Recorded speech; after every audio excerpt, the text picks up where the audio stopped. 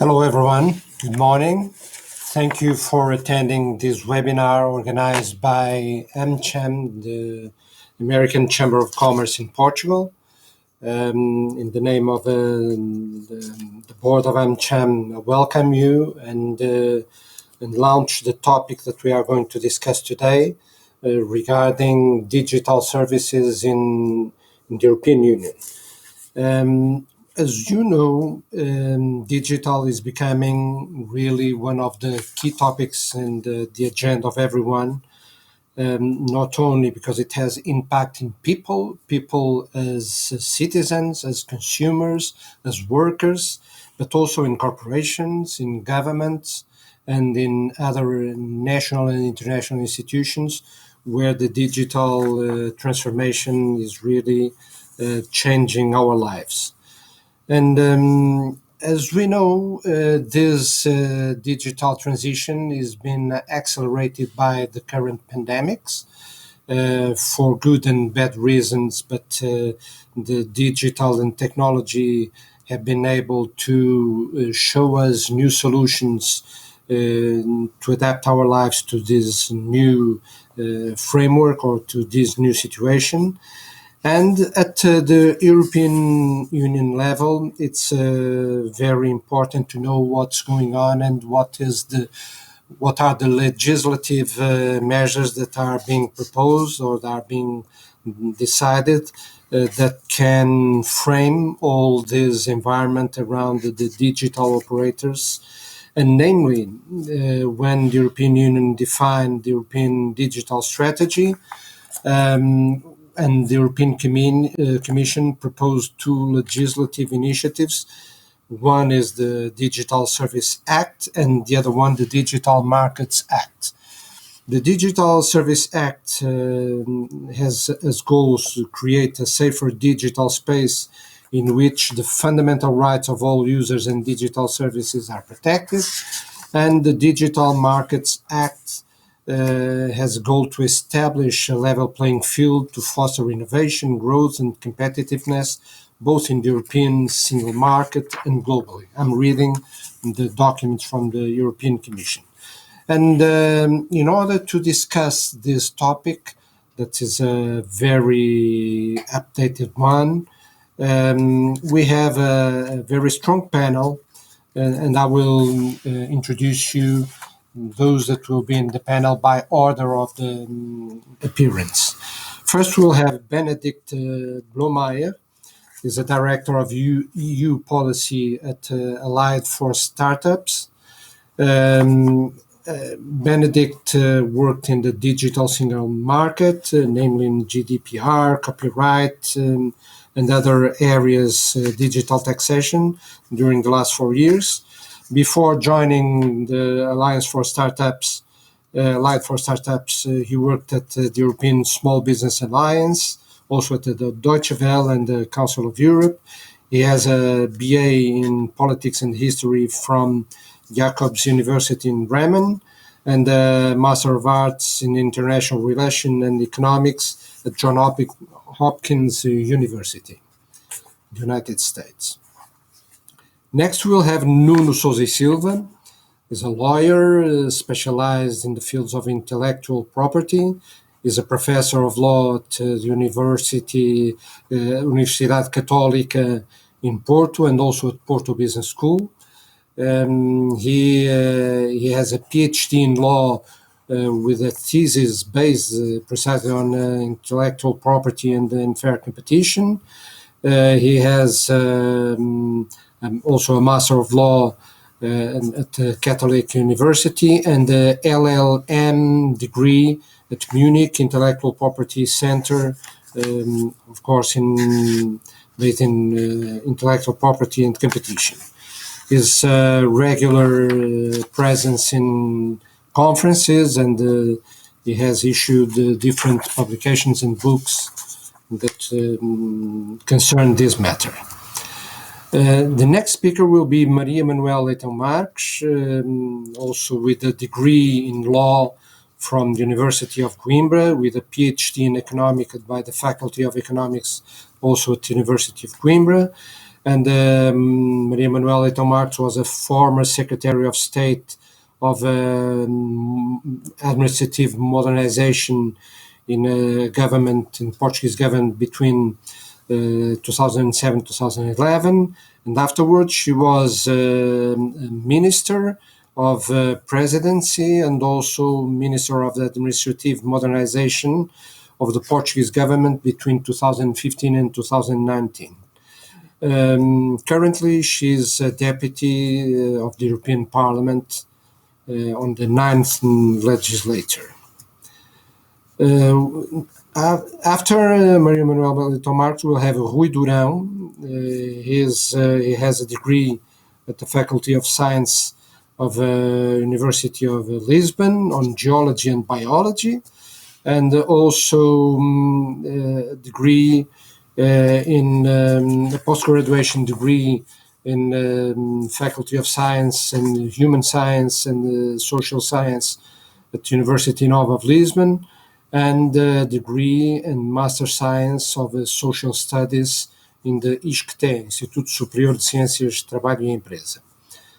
He is the head of unit of European Affairs at the Direction General of European Economic Activities in the current government on the Ministry of Economy and Digital Transition, and he coordinates the official positions of the ministry in what matters European affairs. He's of course highly involved in the preparation of the Portuguese presidency of the European Union that will start in the 1st of January next year. And last but not the least, we'll have Kristen Kane. She's the Deputy Chief of Mission of the U.S. Embassy in Lisbon, and she's a Senior Foreign Service Class of Minister Counselor at the Department of State of the United States. She had positions in Brasilia, in Paris, in Dakar, in Maputo, in Lagos, in different countries, and also in Washington, D.C. She worked in the Bureau of International Organizations, and she has a BA degree from the University of Berkeley in California, and a Master of Science of Foreign Service in Georgetown University. So let's welcome all the five speakers, and we will start with Benedict Blomeyer. So let's listen to what Benedict has to tell us. Thank you very much.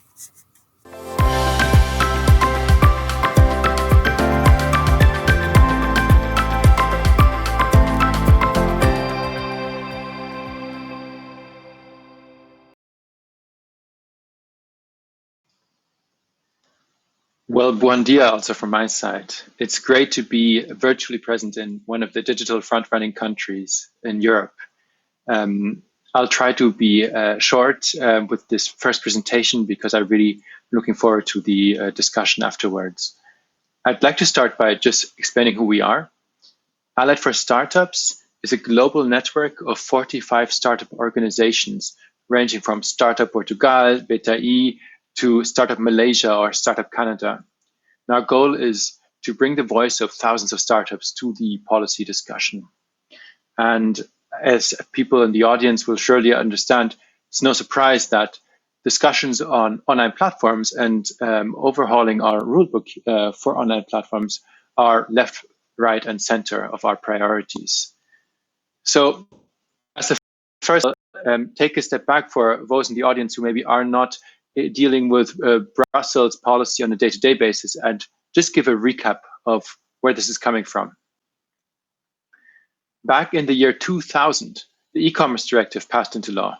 In the very early days of the internet, it laid down the rules of the game. It became something like the invisible skeleton for much of the digital economy, because mainly it laid down an intermediary liability exemption. What is this? The intermediary liability exemption exempts online platforms from being liable for user-generated content if they fulfill certain conditions, like a notice in action or notice and takedown framework. So in other words, when an online review platform becomes aware that someone posted something illegal on it, they take it down, and then they are not liable for that content. Now, e-commerce directive also laid down other things like the no general monitoring obligation or the country of origin principle. So, for instance, if your startup is created in Portugal in certain fields, it only needs to comply with Portuguese legislation, which we think is a great idea, because then startups don't have to scale up 27 times in Europe, but can deal with the rules in the country of origin. Now, I think, as Mr. Da Costa was saying at the outset, we all know that the digital economy has changed enormously, especially in this year. And it goes further because some member states have actually designed rules which undermine some of these principles. For instance, thinking of the NetzDG, the network enforcement law in Germany, which is basically undermining the country of origin principle. There's also other examples like Lawafia or online harms in France and the UK, respectively. So the startups in our network think a lot has changed, and there's a great opportunity to use the Digital Services Act to update and clarify the e-commerce directive to today's realities. So what has our organization been doing and saying about this? I'd like to start off the conversation with two projects we've been working on. One has been our DSA for Startups campaign, which has basically been a virtual roadshow where we've spoken to some of the over 10,000 platforms in Europe to understand what they are already doing about illegal content, what they think the rules could be looking like if they were improved, and bring their voice back to the political discussion. Because oftentimes when we think of these challenges, we don't think of SoundCloud, we think of YouTube, or we think of when we think of marketplaces, we think of Amazon and not the uni places in Portugal or the OLX. So our role has been with this campaign to understand what startups across Europe are thinking about the DSA. And this feedback I mentioned before, to update and clarify the rules, has been one which has been coming over and over again. In particular, the to update the incentive structure. What do I mean by that?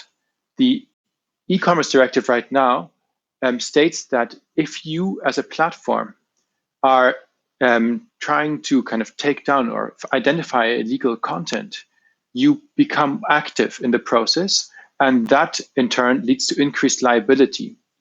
Now, we think that this is setting the wrong incentives. We want to encourage our platforms to be active, to find proactively and tackle illegal content, and not run the risk of increased liability for doing so.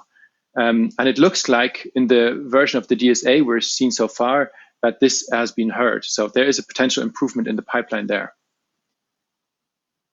Now I'd like to talk for a few minutes about a study we conducted in the last few months on the DSA. The study we commissioned with Auxerra, a research institute, and it's designed to complement our DSA for Startups work. In the DSA for Startups campaign, we try to understand how the DSA would impact startups and what they think about it. In this study, we tasked Auxerra to look at how the DSA could impact the business users of online platforms. So what these researchers did was, after a study with some interviews with platform services, they interviewed 1,000 business users of online platforms across Europe, from retail, travel and tourism, gig working, creative industries. So what they tried to do was, for instance, understand if new liability rules or know your business customer requirements would lead to, for instance, delays in posting on online platforms, or accidental takedowns, or having to multi-home, that is, use multiple platforms. And how would a small business like a hotel react to this? The results were modeled into three scenarios. And I'll just go over the top level highlights, and I'll be happy to share the link to this study in the chat and follow up with it. The first scenario we modeled was if we were to increase liability significantly for online platforms. So stringent new rules, meaning that online platforms have legal responsibility for content posted on their site. And we found that this increased liability scenario had a major potential negative impact for small and local businesses down the line as well. And this was projected to be up to 23 billion euros. A particular negative side effect would be felt by gig workers. And we projected that over 3 million gig workers in Europe would be hindered from taking on short-term work if posts were delayed and otherwise lost if there was these stringent new liability rules. So there was quite a clear sign that this is not the best way to go for businesses. The other two models we modeled were clear procedural obligations, which should be given to online platforms, and automated tools, which are new legislative rules that help platforms increase voluntarily the monitoring they do and essentially give them the incentives to do the right thing. And both these are not for free for our members. They also cost money for startups and platforms to implement, but they were preferable by far in the economic forecasting to the increased liability scenario. And in fact, our modeling even shows that in areas like travel and tourism, which I understand is also, of course, an important industry in Portugal, this could lead to even economic gains because, of course, users of platforms are looking for trust and verification on these platforms, when they're booking online or when they are making reservations or reviewing their trips. So I'd be happy to share the link to the study and explain more, of course, in the Q&A afterwards. But what we ended up in the end doing is putting forward a list of do's and don'ts for this policy process. And I think the do's are quite clear from our side. Enable platforms to do the right thing, enable proactive measures to tackle illegal content, harmonize across the EU where possible. And the don'ts were more on the sides of avoiding being technologically prescriptive. So don't say you have to use this or this technology when we don't know where technology is going. And don't make rules based on platform size. And on the latter, that's unfortunately something we have seen in this new proposal. I'm going to just share 2 cents on what we've seen in the proposal, which came out Tuesday.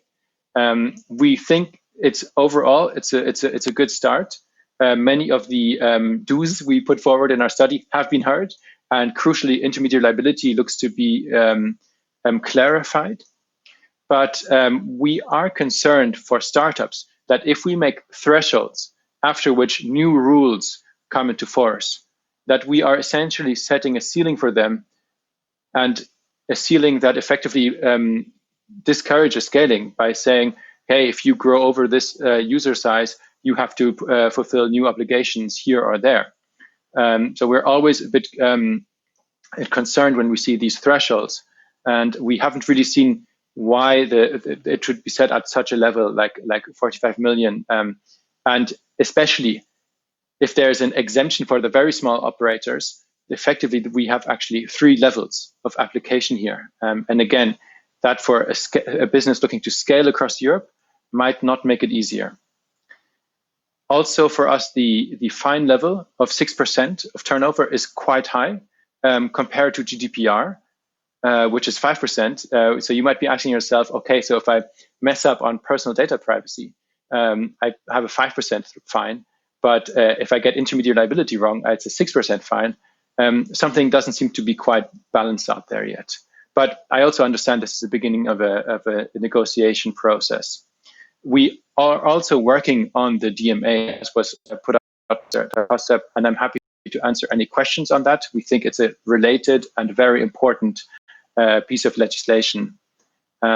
Overall, what I'd say to the audience is the DSA and DMA will be the biggest reforms of the rules for the digital economy in this mandate for sure, if not for longer. And it's also with a view of exportability of EU rules. Very important that we get this right. So Our point is that we want to make these rules not just for startups, but with the startups at the table. The e-commerce directive has lasted for 20 years, and there was a lot that we got right in it. That's why it lasted so long. So let's build on that foundation when we now negotiate with the Parliament and the Council the rules for the next 20 years.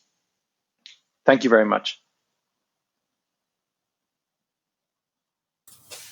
Thank you, Benedict. I think you made your point. It was very clear, touching the subjects of the Dsci and DMA. So we have food for thought and for discussion later. I didn't mention in the beginning, but the audience can make questions by using the chat that is available on this platform. So, and now I will ask Nuno Sousa Silva to join us and to make his speech.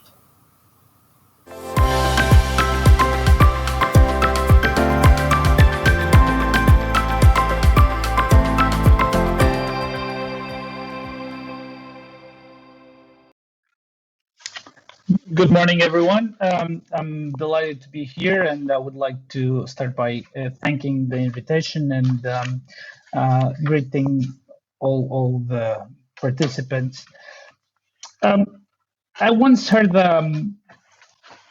what sounded to me at the time sound financial advice. It was the idea that you should buy land because they are no longer making it. Well, that's exactly the opposite of what's happening with laws and laws for the internet in particular. We're seeing a wave of digital and internet legislation coming out of Brussels, basically along the lines of new rules for the internet. Since 2019, we've seen directives on the protection of consumers buying goods with digital content, a copyright directive on the digital single market that was very, very controversial. We're also seeing a regulation on platform to business, meaning or aiming at the regulation of the relationships between businesses. It might be a small hotel, someone that is working part-time through a platform with the platform. And there are also a lot of proposals flying around, such as the e-privacy regulations that has been in the works since 2017, regulation on crypto assets that came out in September. And in December, we've seen the Digital Governance Act, actually end of November, the Digital Markets Act, and the Digital Services Act, which is the one that I'm going to share a few thoughts on. The risk of over-complex legislation and, let's say, over-regulation is that it might become too cumbersome and may, in fact, restrict progress and innovation and only basically favor lawyers and the incumbents, the already established companies that may have the resources to engage in very cumbersome compliance. Of course, that as Benedict highlighted, that this proposal recognizes the differences in terms of resources or in terms at least of size. We see that it departs from a paradigm, which is the e-commerce directive. Everyone agrees that 2000 is more than the year 2000 is more than 100 years ago in an internet timescale. User-generated content was not yet a very relevant phenomenon. And therefore, I think that most people agree that the e-commerce directive needs updating. And in fact, the Court of Justice of the European Union has been interpreting the e-commerce directive and making sort of update by case law. There's an overall tendency to regulate platforms and intermediaries, and to distinguish, I would say, two kinds. One are those that run the infrastructure of the internet, the internet service providers, the ones that are responsible and manage the internet pipes or the internet tubes. And those are obviously exempt from liability. They were already and they remain. And there's what the proposal does is basically keep what we already had in the directive. Another very important aspect for the neutrality of the network and for the functioning of the internet is the absence of filtering obligations. That was a key aspect of the directive, and it remains in the proposal. The idea is that all intermediaries should not be liable for not policing the content. So it's not like YouTube videos should be subject to pre-approval. Your posting should not be subject to pre-approval, and that's good. But what is now changing is this idea that if an intermediary is somehow non-neutral or is making profit out of the content, then its duties will increase. And the directive is the regulation, the proposed regulation is rather long. It has 74 articles with 5 chapters. And the gist of it is the due diligence for a transparent and safe online environment. This is the use of emotive terms. Who would be against a safe online environment? But delving into those rules, which go from articles 10 to 37, you see that this is generating a lot of duties for hosting providers. So, and one thing that to me is concerning, and this is something that I would like to highlight, is that the directive refers to illegal content. It is defined in a very broad manner. In the definitions, Article 2nd, you hear about illegal content as any information which in itself or by its reference to an activity is not in compliance with union law or the law of member states, irrespective of the precise subject matter of nature of that law. And these might mean that illegal content refers to very different things. So certainly hate speech is much harder to pin down and to filter and to detect and to judge on. It's also unclear to me how is this exactly going to work, because the Digital Services Act establishes a framework for solving disputes online, in which basically the platform will be acting as an umpire or as an arbitrator. Of course, that it's also said that the intermediary may be bound by alternative dispute resolution systems, but they will be taking their decision in the first hand on whether or not something is illegal. And their incentives are not, to speak of incentives, they're not fully aligned with getting the law right. What they will be interested in is in avoiding liability.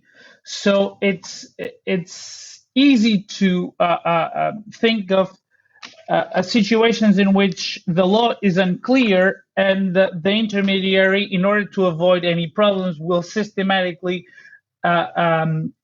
interpret the law in a way that is the most favorable to it, without being too concerned about justice.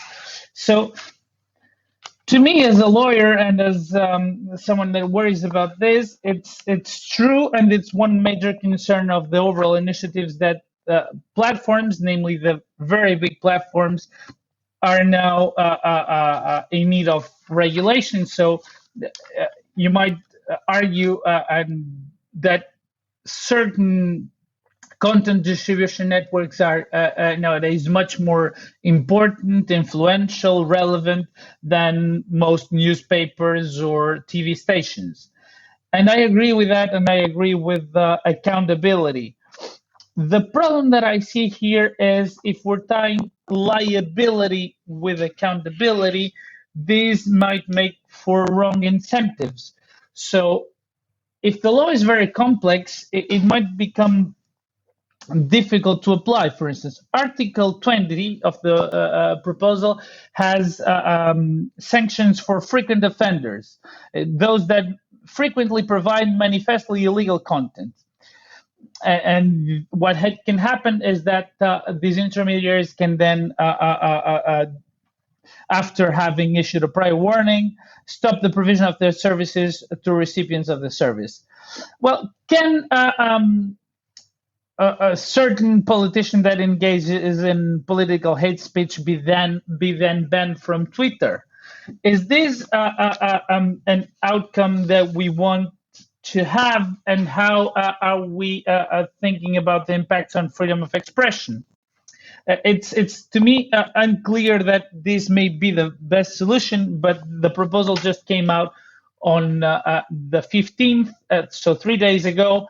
It's very long, so I'm just starting to scratch the surface and on whether the framework seems totally suitable.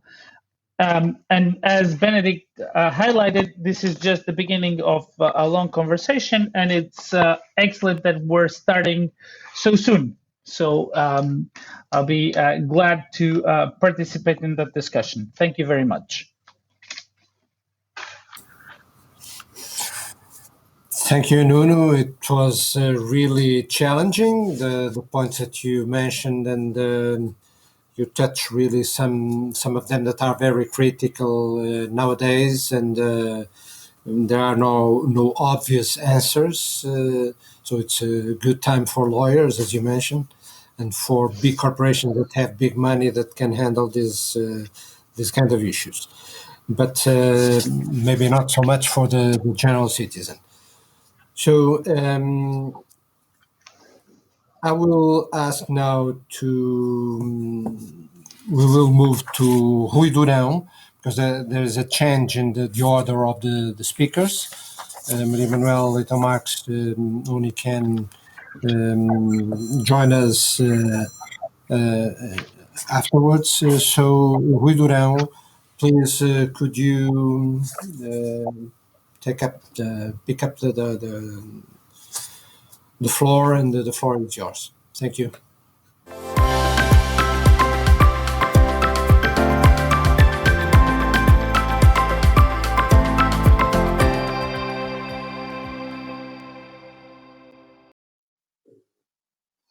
Yes, hello, good morning to everyone.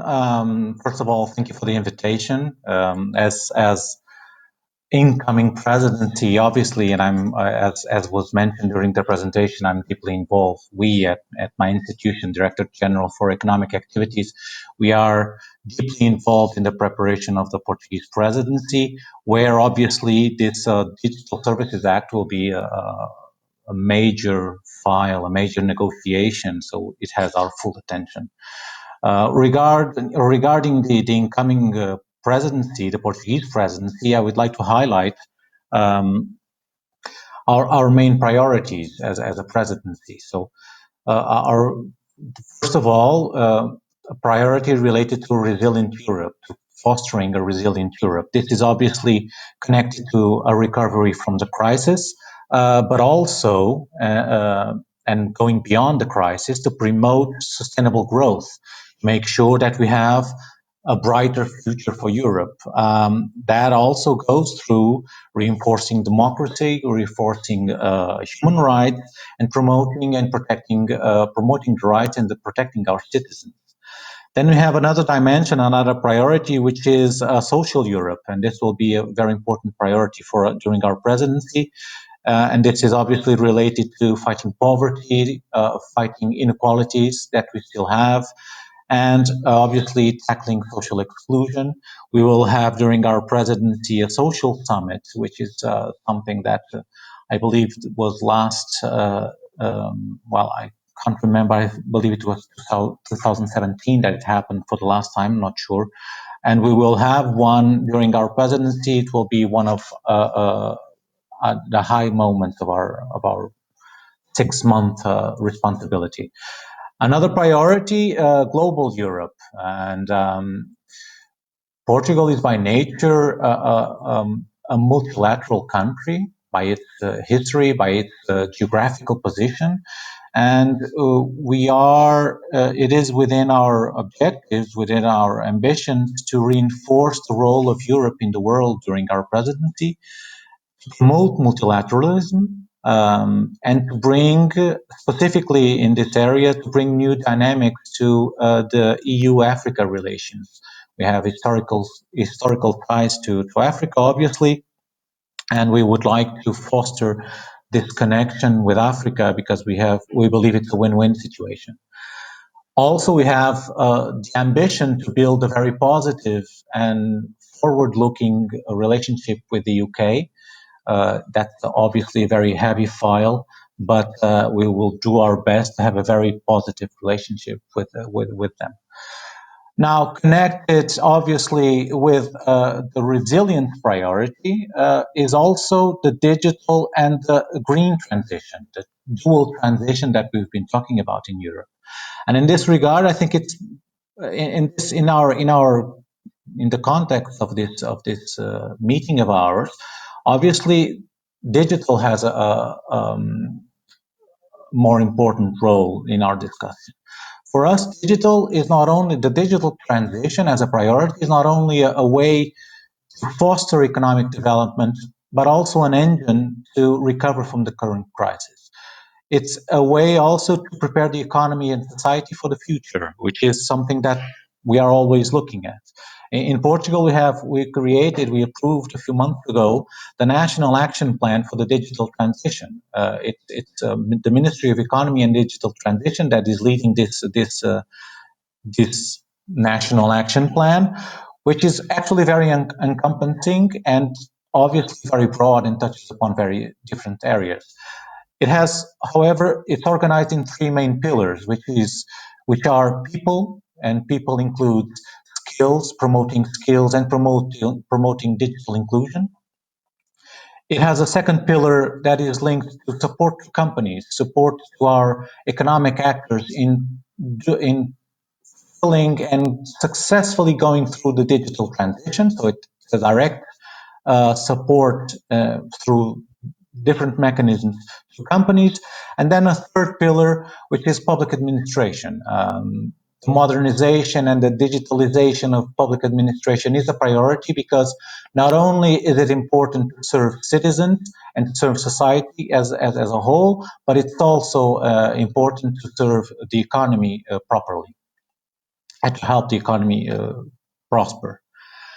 Now, in this context of the priorities for the Portuguese presidency, we have the Digital Services Act, which the negotiation, it was presented a few days ago, and the negotiation will start during our presidency. Now, and it was mentioned before, the Digital Services Act is actually a part of a much larger package, a much larger wave of legislation and discussions, not only legislation, but also strategies at European level. I'm thinking about the Digital Markets Act, which is obviously closely related, but also to the Data Governance Act, which is also recent, the strategy for artificial intelligence, the 5G, the connectivity. So this is a very broad and very, ambitious also package that Europe is going to promote and is trying to move forward. On the connectivity, I would like to highlight, because it will also be a priority for us, and I think it's very well connected to what the future of the internet and the future of the European digital market will be, which is the importance of a strategy that we are also promoting, and we are getting very good support, which is the European data gateway platforms. Because what we've recognized is that there may be, and we are actually quite convinced that there is, a problem with connectivity infrastructures in Europe as a continent. And we are mainly talking about connection cables, submarine cables, where the existing infrastructure may, on the one hand, not may be getting out of date, so it needs to be updated, and may not be able to cope with the challenges, with the connectivity challenges that we will be facing in the future with the increased digitalization of the economy, of society, etc. So we are proposing a strategy to revise and reinforce the international connectivity of the European Union.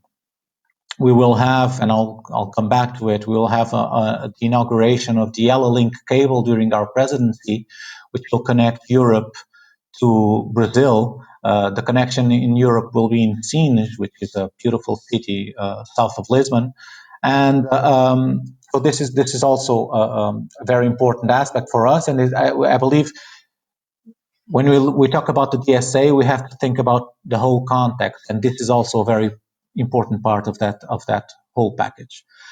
Now on the DSA itself, and I've heard carefully the previous intervention from Benedict and from Nuno, and obviously they touch upon the most complex aspects of the proposal.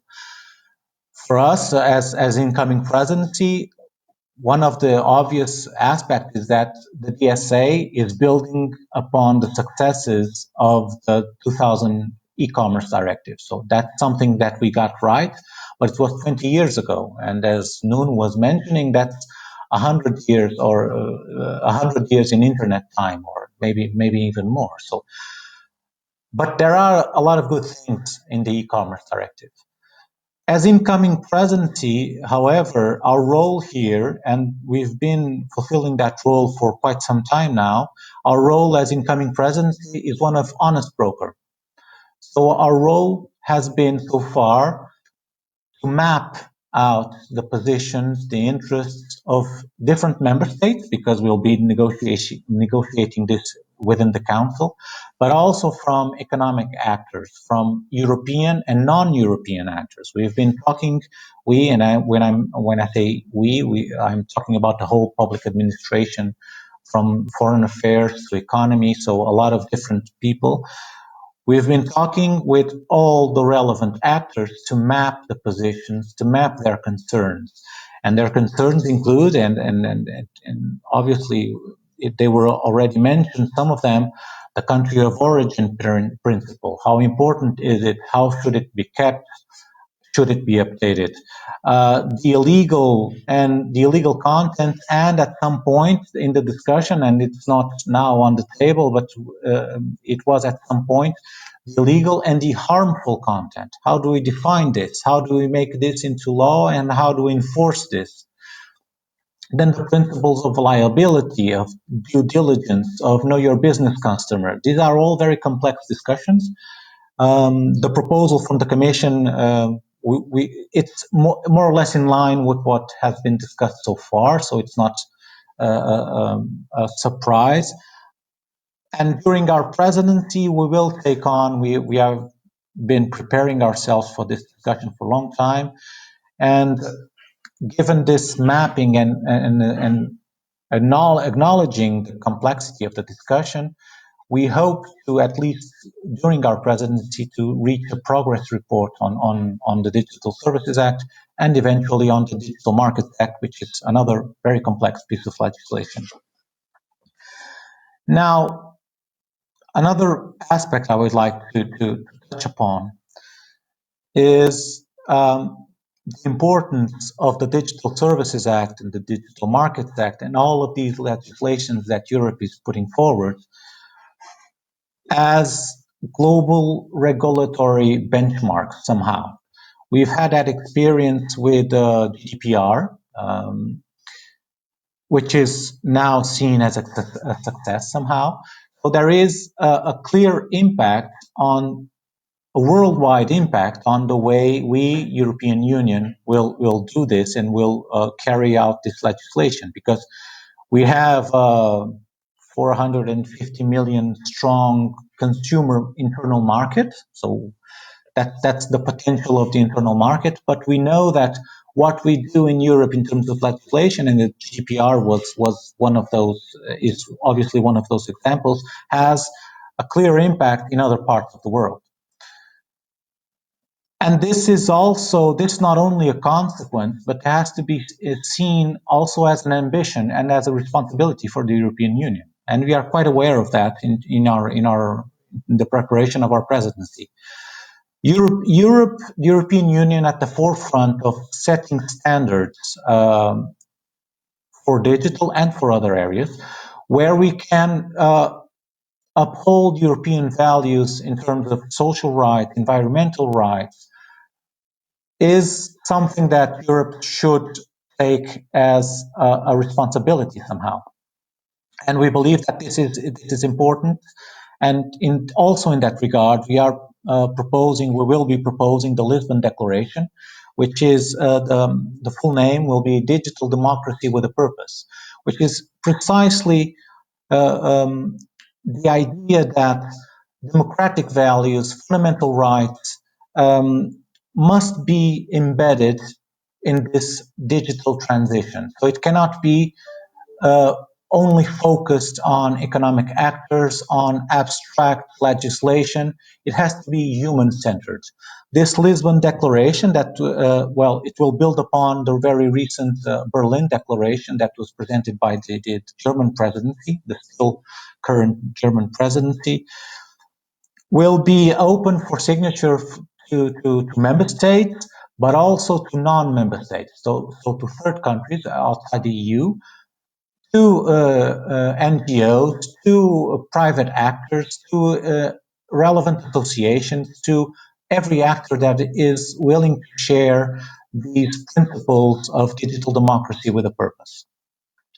Now, just to finish, because it will be a significant event with important political impact, we hope.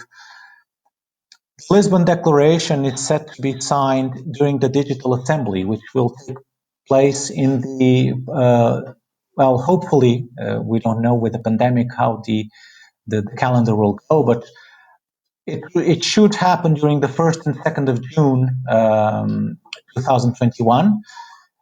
And during the Digital Assembly, we will have the formal signature of the Lisbon Declaration, Digital Democracy with a Purpose, and we will have the inauguration of the Yellow Link cable connecting, and it's a very symbolic moment, connecting Europe to South America through the submarine cable. So I think this is it. Thank you so much.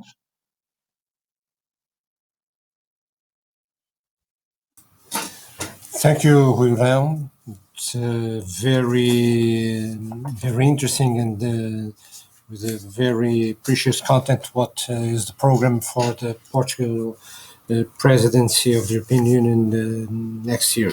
So we'll come back, and especially the things that touch the Lisbon Declaration. The title itself, "Digital Democracy with a Purpose," it's very, very substantial, and I think it was a big discussion around that.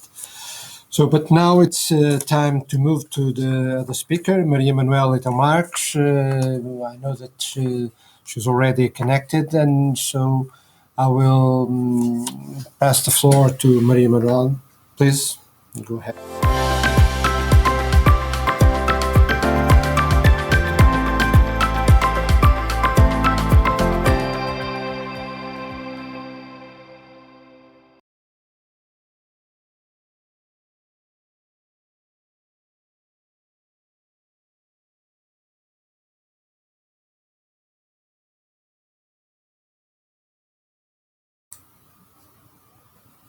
Well, it seems that there is a small problem with the... Are you hearing? Okay. Yeah, now, are you hearing me? Are you seeing me?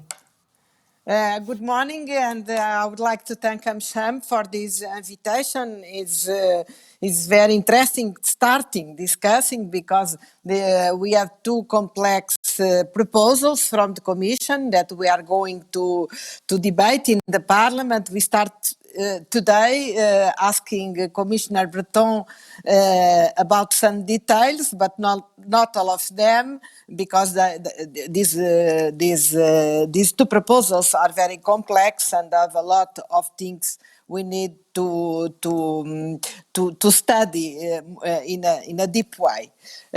Of course, since 2000, at least since 2010, we have been saying the same thing. Online platforms have something right, but also something wrong in their model, at least some of them. We love them, we use them for social networking, for shopping, for entertainment, for our work, to get information, to get news, and so on. If we had a counter to register how many times we use platforms in a week or even in a day, we ourselves would be surprised. And they are also very useful for startups, for small business, for micro companies, because they allow them to sell their products all over the world in a faster and less risky way. This is the bright side of the moon, and at the very beginning, it was the only one we saw. The dark side is the illegal and harmful content, disinformation, target advertisement, improper use of our data, inexplicable algorithms, unsafe products and services, weak redress mechanisms, unfair competition, among many other problems which have been identified and which these two proposals are trying to solve, or at least to trying solutions to solve them. And now everyone seems to agree that there are problems and that we need to fix them. We must add that even some platforms, even the biggest ones, have agreed regulation is needed in order to improve certainty about their duties. However, agreement has been much harder when it comes to specifying which problems we are talking about, and almost impossible for the fixes needed. Nevertheless, it's time to try, and of course we are all motivated to work together, Commission, or the Vice President Vestager and the Commissioner Breton, Parliament, Council, and of course civil society and industry, in order to find a solution suitable to all both concerning digital service and digital markets. And so before going into detail about the Dsci proposal and some remarks on the DMA too, two previous points. This proposal is a part of a larger package of data and online regulation that includes, which also includes other pieces of regulation. They have been referred, the Data Governance, Data Act, and the European Democracy Action Plan too. And so we must look at this set of tools together to better understand how solution will tackle and solve the many problems we face. Therefore, despite these weeks' excitement, this is not the end, to quote Churchill. It is not even the beginning of the end, but it's perhaps the end of the beginning. Probably we will spend next years discussing and fine-tuning these proposals and the others which are coming. And this is a problem. How will online platforms look like in 2022 or 23? How many here knew TikTok before the pandemic started 9 months ago? So we must not rush, of course, but we have to move fast if you want to be effective. So this is a problem for us, the lawmakers, in the Parliament, for the Commission, but it is a problem for all the society, or at least for all of us that think the digital markets and digital services and data, of course, and artificial intelligence must be regulated. Let me now highlight only some characteristics of Dsci. Of course, I need to do my homework and to better study the proposals of the Commission. I know some of them because we discussed in the Parliament before in a non-legislative report. So what will Dsci bring? It is interesting that most media outlets are looking at the Dsci as mostly focused on content moderation. I believe we should see it as much more than that, because consumers will be safer and have their rights reinforced with this piece of legislation. And this is my point of view, because I'm vice president of AmCham and I'm special concerns with consumers' protection and small business, of course. First of all, by making clearly that what is illegal offline is also illegal online, and mandating platforms to know their business customers. This is a very important point for us.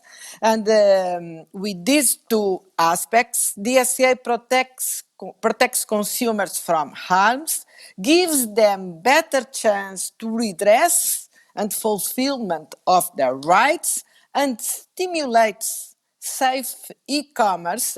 It was very important during this crisis to have a safe e-commerce and digital service trade inside EU.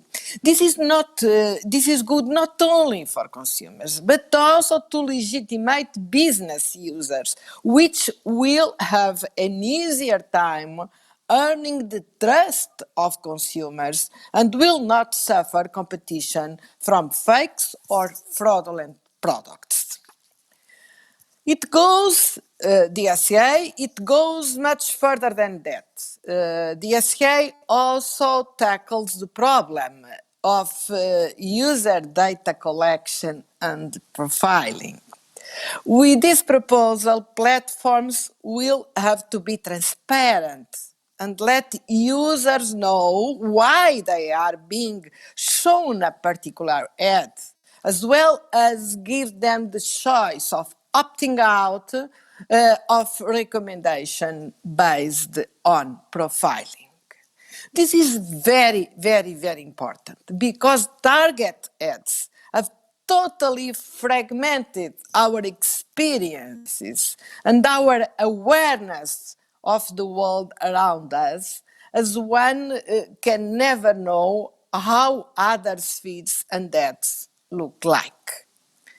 We feel in the networks as snakes. We have become transparent. They know all about us. Let me give an example. What if I am shown good jobs and great apartments to rent because my wage or my current address, but others never get to see good offers and opportunities? It will also be possible to know how paid for a particular ad, another important step towards a more transparent online world. And now finally going into content moderation. It's very good that there is no general monitoring obligation and that there will be an increase in procedural justice, more opportunities for explanation and appeals at every step of the process. There will be more moderation with renewed incentives to tackle illegal content, but there is also more awareness that platforms make mistakes in the moderation efforts. The Dsci assumes that platforms make mistakes, and that is a great improvement. For those cases, the proposal demands transparency from the platforms so that users will have access to information about decisions made regarding the content that has been targeted.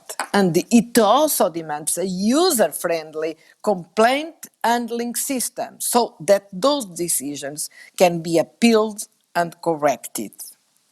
However, we may run the risk of funding over too much to the platforms, including decisions that should belong in courtrooms.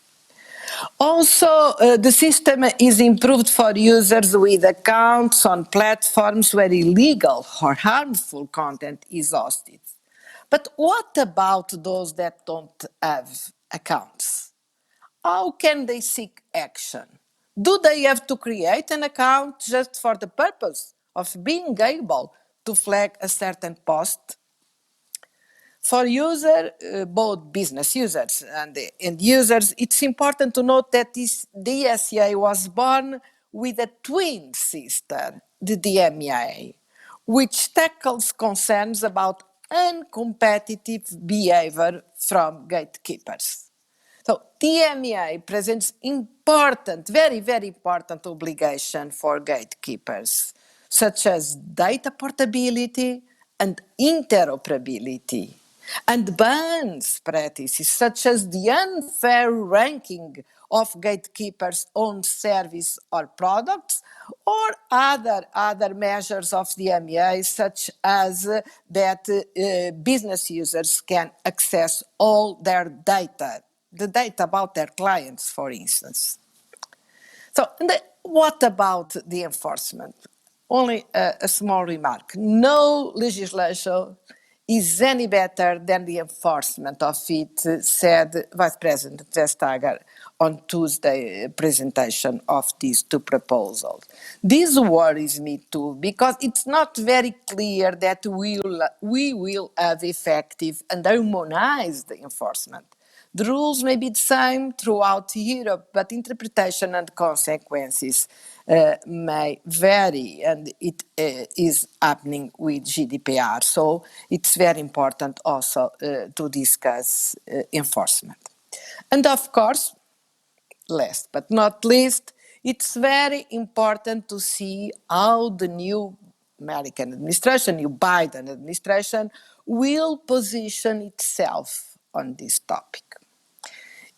We need a global alliance for a different digital world, not only with the United States, but with other regions of the world.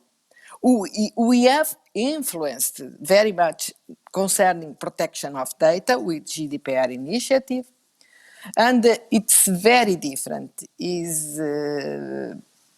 if Europe goes alone, or if US, it's also pushing in the same direction with its own rules, of course, on authorities, of course, but in the same direction. So, to sum up, I believe the Commission proposals are a very good start, but of course, I believe that they are going to be improved in the details, and the devil is in the details. We are going to work hard in the European Parliament to shape this legislation in a way that better protects consumer rights, but also stimulates innovation and competition. Competition is a very important purpose of this proposal, special DMEA. And in order we can better perform in our job as MEPs, as members of the Parliament, it's very important to continue a consultation, informal consultation and debate with all relevant stakeholders, as we are doing today. Thanks again for this opportunity. Thank you very much, Manuela Marques. It's very insightful, your views on what's going on in the European Parliament and with your previous experience, of course, as a minister, especially on the modernization of the public administration.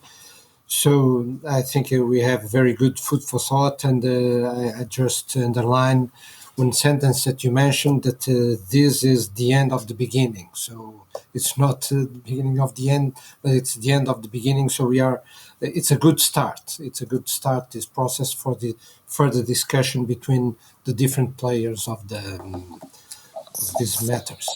So we'll come back, and now I will hand over to Christine Kane. Please, Christine, the floor is yours.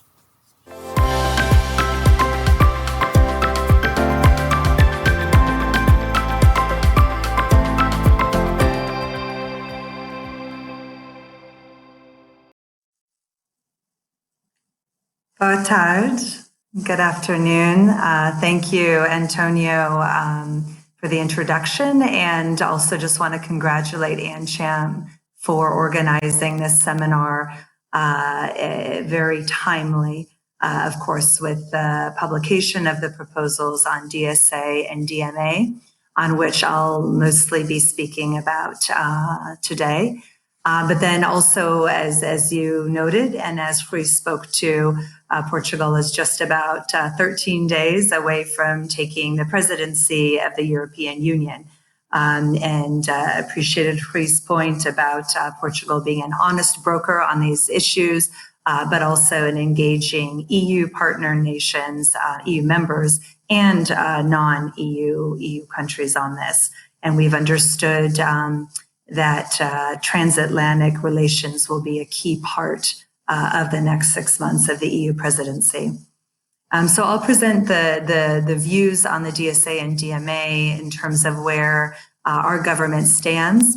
They will be a little bit different from the views we just heard from the very respected member of the European Parliament. But of course, this is the whole idea for having these kind of discussions, is to bring it out. And I also wanted to note one of Maria's last comments was really prescient about what will the incoming Biden administration view on these matters. Well, I certainly couldn't speak to that because we're over a month from that happening. I will say that it would be my guess that on these issues, our government would not make a radical change. So with that, I'll just note that with the Dsci and DMA, we find a lot of admirable goals behind them. Certainly strengthening the EU single market is something we understand, clarifying digital services responsibilities and liabilities are again, admirable objectives. But we do have some concerns in the way that the proposals would affect companies, U.S. companies, of course, in particular, but we also see concern over how they could affect companies writ large. And of course, especially at this time of an economic downturn when we're very focused on companies that can help our economies turn back up. So looking at U.S. companies, we see that they seem to be targets in some of the proposal. We are definitely urging that the private sector have a strong voice in discussions going forward. As we said, the end of a beginning, but lots to go forward. I think Benedict also mentioned that his Allied for Startups is actually doing this, is engaging the private sector and getting their views in on these discussions. And that's so important because, of course, we, I think, all want free and fair digital trade, and we need the views of the private sector on this. Also, just to note, of course, when we look at U.S. companies, we have about 500 million Europeans who are consumers of U.S. technology companies' products. So European citizens themselves, excuse me, as I've got a sensor in my room, sorry about that. So European consumers also, and then European companies. The proposals set quantitative and qualitative thresholds, but they affect not just big companies, as again, Benedict. And Benedict, I think we were graduate school rivals, your SAIS to my Georgetown, but I think we have some similar views on these, that small companies themselves also can be affected. I want to quote a couple Europeans on these issues. One is Thomas Bouet, who runs European policy for BSA, which is a software advocacy firm. And he asks, ensuring fair competition makes a lot of sense, but what are the rules? They seem broad and maybe unattainable. The more rules you have, the more complicated it gets, and especially for small and medium enterprises and SMEs. And then an example from the Dutch platform Booking.com, a company that I'm sure we've all used and many of us enjoy using. The CEO at Booking.com warned about the DMA, that it could hobble the company. And he's quoted as saying that European companies will suffer. So a Portuguese company, since we're in Portugal, a Portuguese company that would become successful like a Booking.com or Google, we fear could also be negatively harmed if the regulations as they're written would go forward. There's a lot of attention around the big companies. One of those, of course, is Google. And it's not to say that in the United States, Google is uncontroversial. In fact, just this week, over 30 US states have filed yet another antitrust suit against Google, demanding a breakup. So there's a lot of talk around Google. I also bring up Google, though, because they have a large presence here in Portugal, employing over 1,000 people.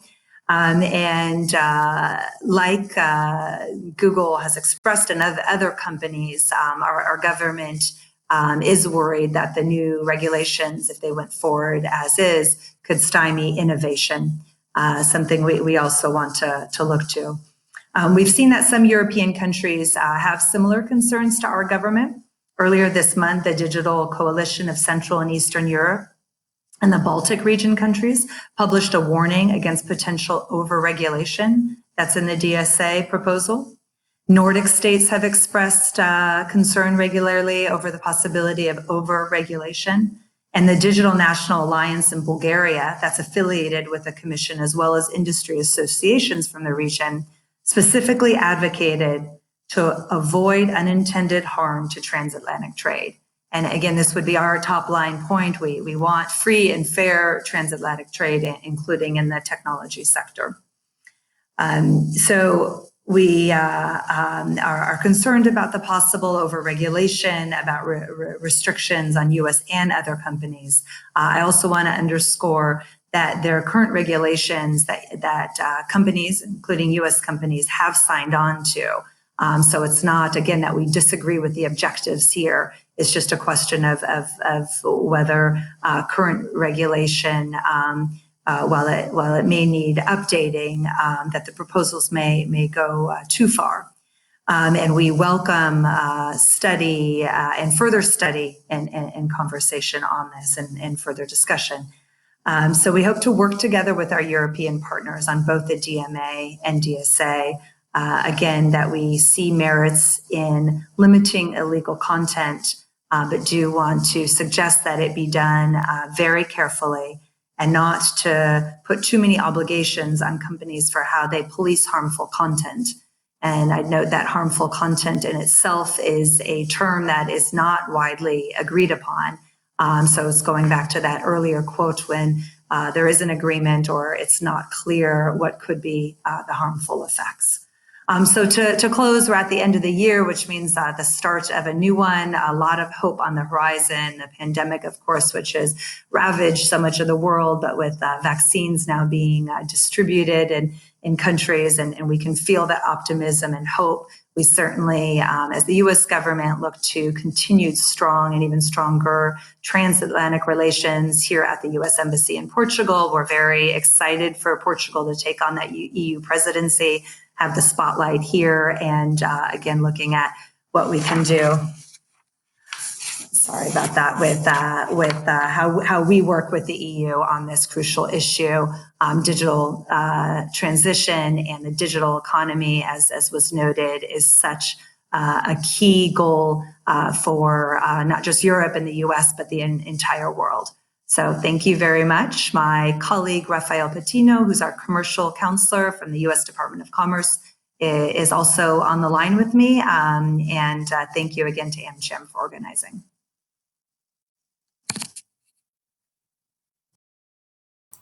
Thank you, Kristen. It was very clear, and I think that you touched one of the points that some previous speakers also mentioned, the risk of overregulation.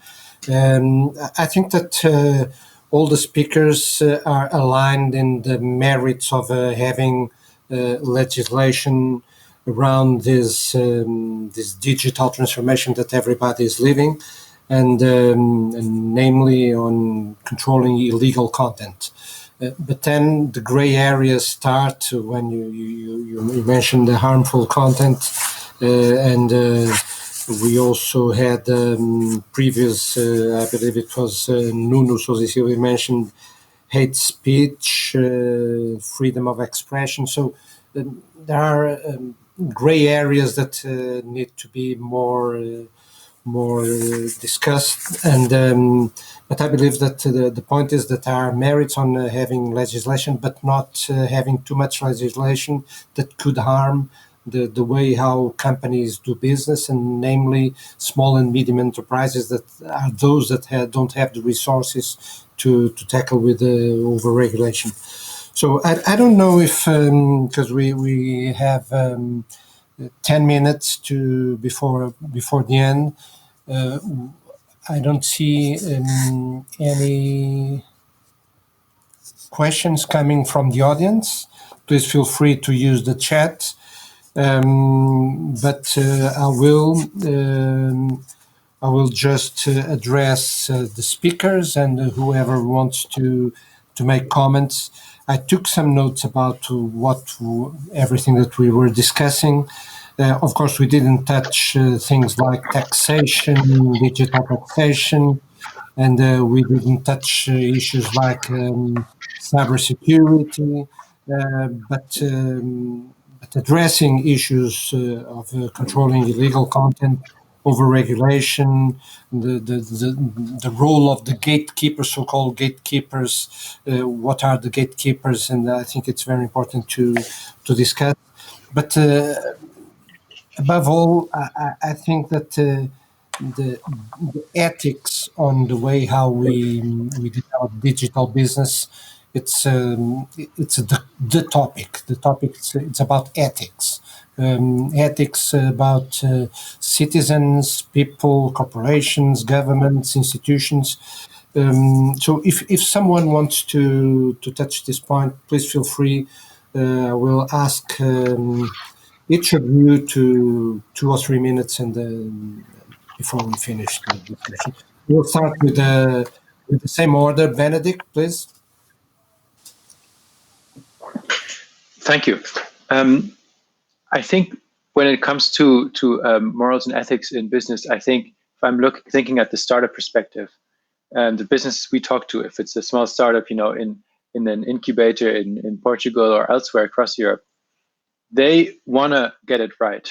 They, if you don't trust a new app you've installed, you're deinstalling that in less than 5 seconds. So I think where we can really use the DSA is to give them the tools to get it right. So encourage platforms to take proactive measures against illegal content and not get in their way by means of saying, if you do something, we make you increasingly liable for it.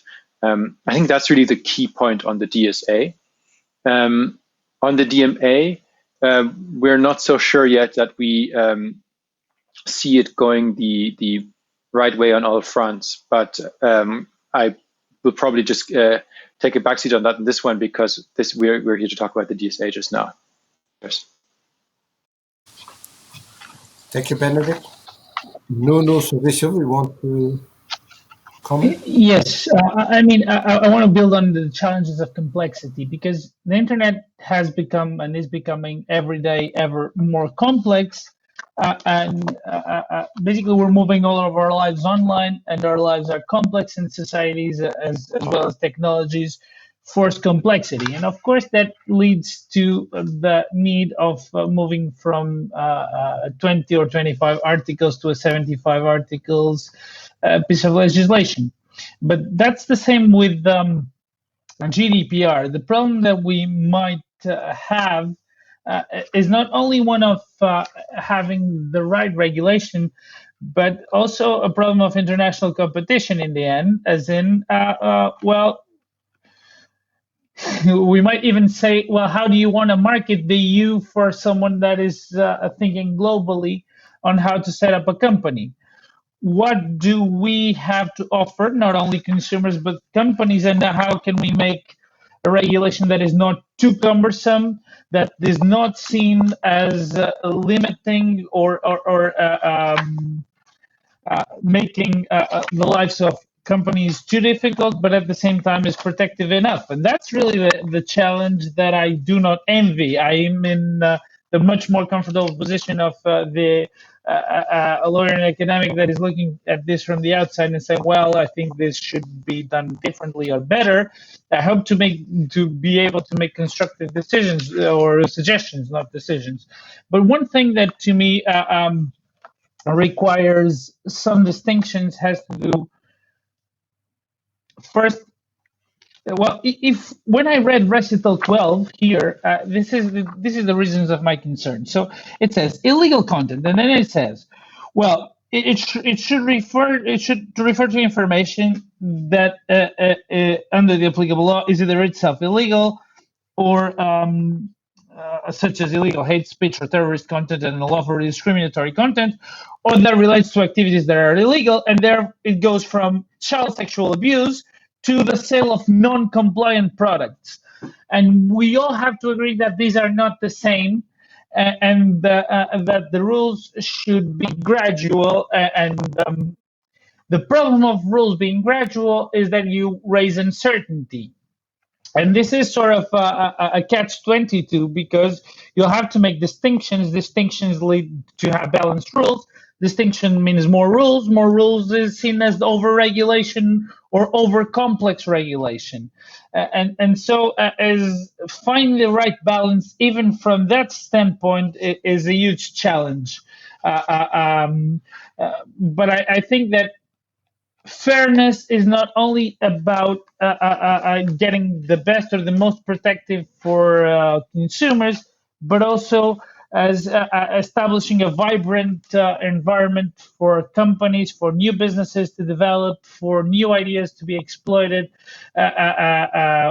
without too many fears, risks, or costs, because no one dreams of. I don't think that a startup founder dreams of having to hire lots of lawyers and spending a lot on legal fees.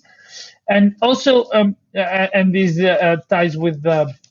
I'm in the middle, perhaps, between what Benedict said and Marie-Manuelle Leitão-Marques said, because I do agree that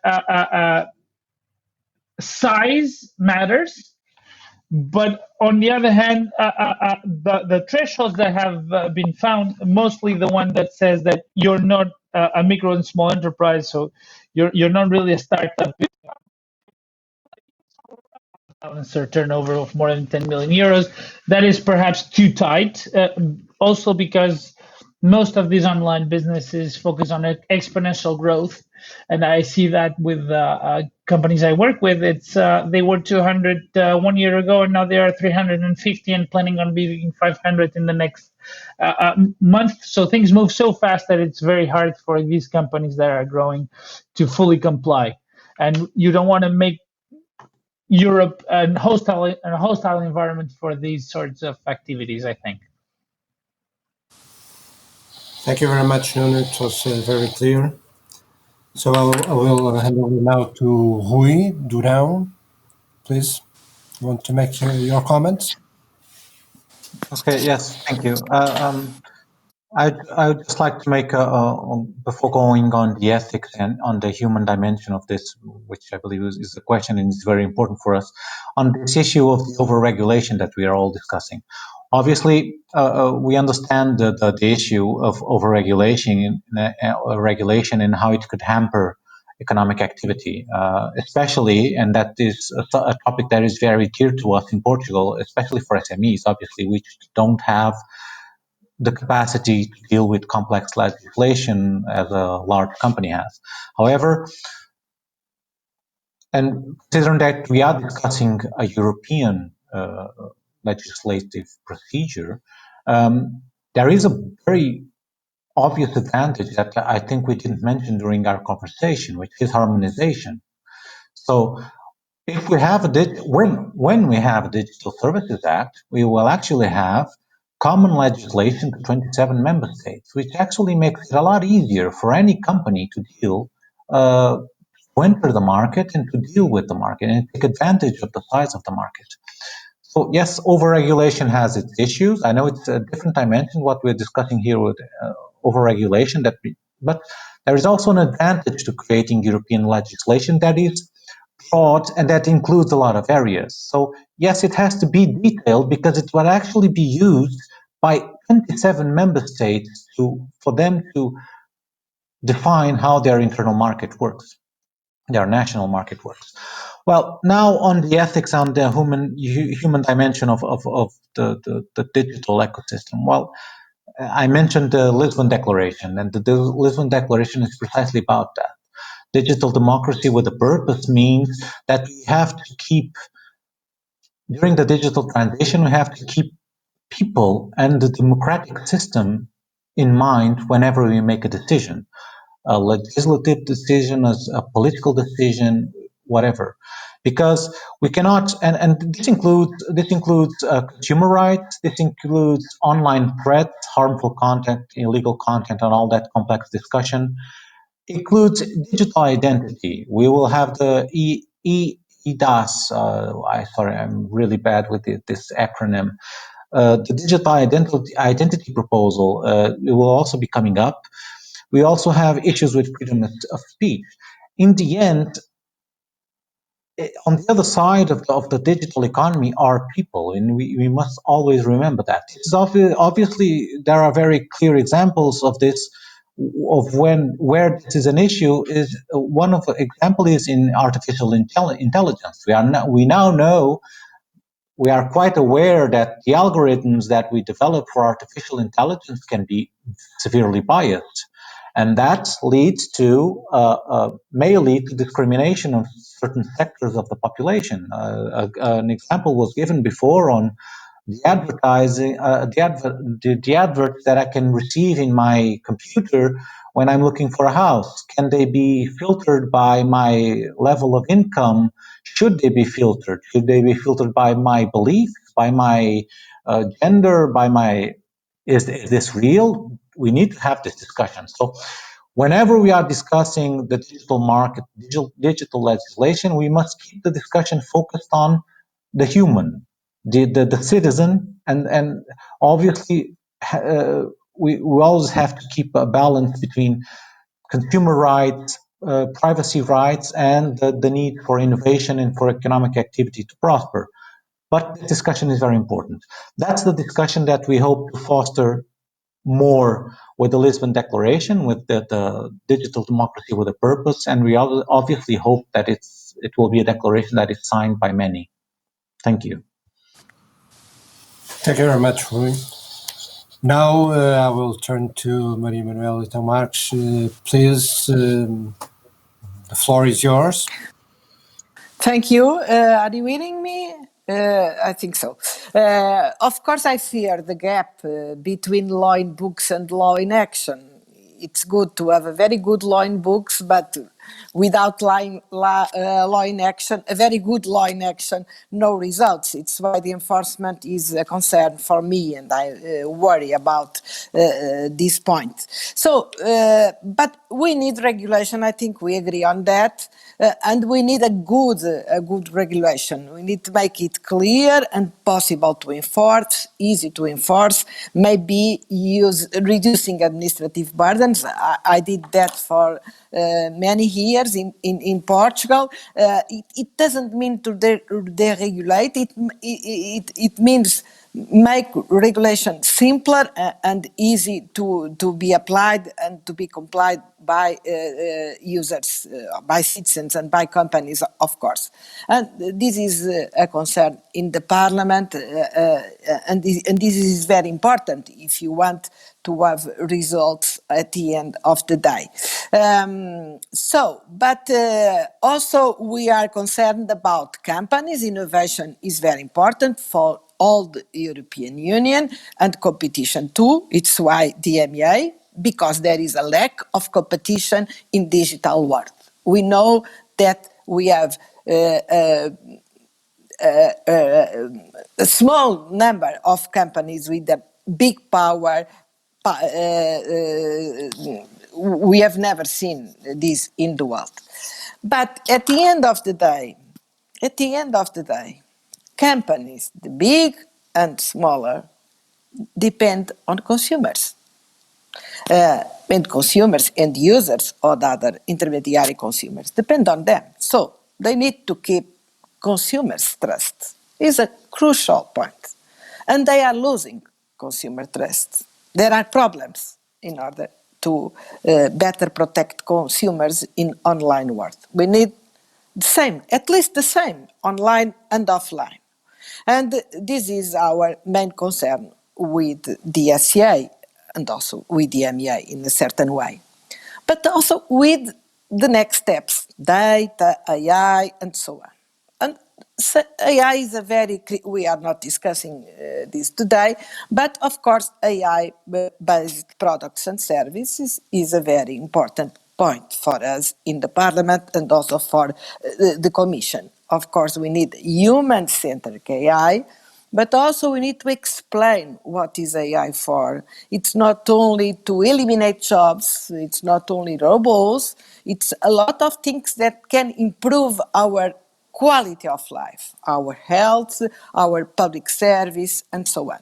It's why we put forward, when I was minister in Portugal, and now it continues, a partnership between our scientific community and our public services in order to prototype new service based on AI, to show our citizens that our data we have in public service can be used to improve the quality of service delivered to citizens and also this way of life. Imagine if you have a European data space for health before this crisis, it will be easier to control the pandemic in a better way. This is one of the objectives of the purpose of the Commission, the European data space. But to have European data space, we need to better protect our data, to better store our data, to better use our data, and at the end of the day, use our data for a better humanity and for a better quality of life, keeping trust of our citizens. And this is an important concern. It's for what we are regulating, and I would like to say that this is this is a consensus of all the political groups in the Parliament, from the very left to the very right. Thank you very much. Thank you very much. It was also very clear, the point that you made. Kristen, you want to make your final comments, please? Sure, thank you. I'll be quick because I know we're after the hour and it is a big question, and the other speakers have hit it from different angles. I do see a lot of commonality in the way that we approach the issue of ethics.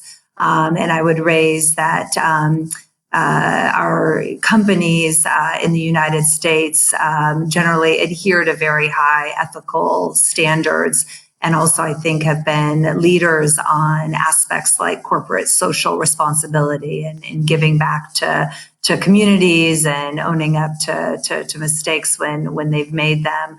But we might have some different ways of looking at regulation and where regulation is too much. But ultimately, I think we share the same values across the Atlantic. We know how strong the relationship is. So just to note that our companies continue to go forward voluntarily to sign on to things like the Code of Practice on Disinformation, Code of Conduct on Hate Speech. That was a European Commission code that we signed up on. So our approach to these issues around ethics are going to be a little bit different, but ultimately we share the same values. Looking at the human dimension is absolutely crucial. Innovation, as we've talked about, essential, and the innovation that comes from business that helps spur the economy, that ultimately makes people's lives better, gets, of course, that full circle back to the human dimension. So I'll just end by saying that we feel positive, look really forward to working with our European partners, including on this issue. Thank you for hearing our voice out in this, even as a non-EU member, and happy holidays to everybody. Thanks for having me, Antonio. Thank you very much. Just a final word to say that I think it was a very good debate that we had here with the different points of view, but with the same line, because we share the same values, as it was mentioned by almost everyone, and we believe that the work that has been done at the level of the European Commission now goes to the European Parliament and the other governments, and also the Portuguese presidents of the European Union with digital democracy with a purpose. I think we are on the right track, and the thing that is here is not to have too much regulation that could block, let's say, the way how private companies and also public companies want or need to do business with their consumers, with their clients, and so the right balance. It's something that the politicals know very well how to handle that, and I'm very happy that we have here not a too much technical discussion, not too legal discussion, although we touched the different subjects, but also on the broad sense, the political and the good sense discussion. So in the name of the American Chamber of Commerce in Portugal, as president of the AmCham, I thank you very much for your time and for being here. And I wish you and your families and your friends, your beloved ones, very good, happy Christmas and happy New Year. And just a final word, because I touched the subject of ethics not innocently. It was because we are organizing a next webinar in January 14th, exactly on the ethics on the digital world, challenges and dilemmas. It will be co-sponsored by Dsci, one of our members in the American Chamber. So if you have the opportunity, please join us. Thank you very much. Bye. Thank you. Thank you.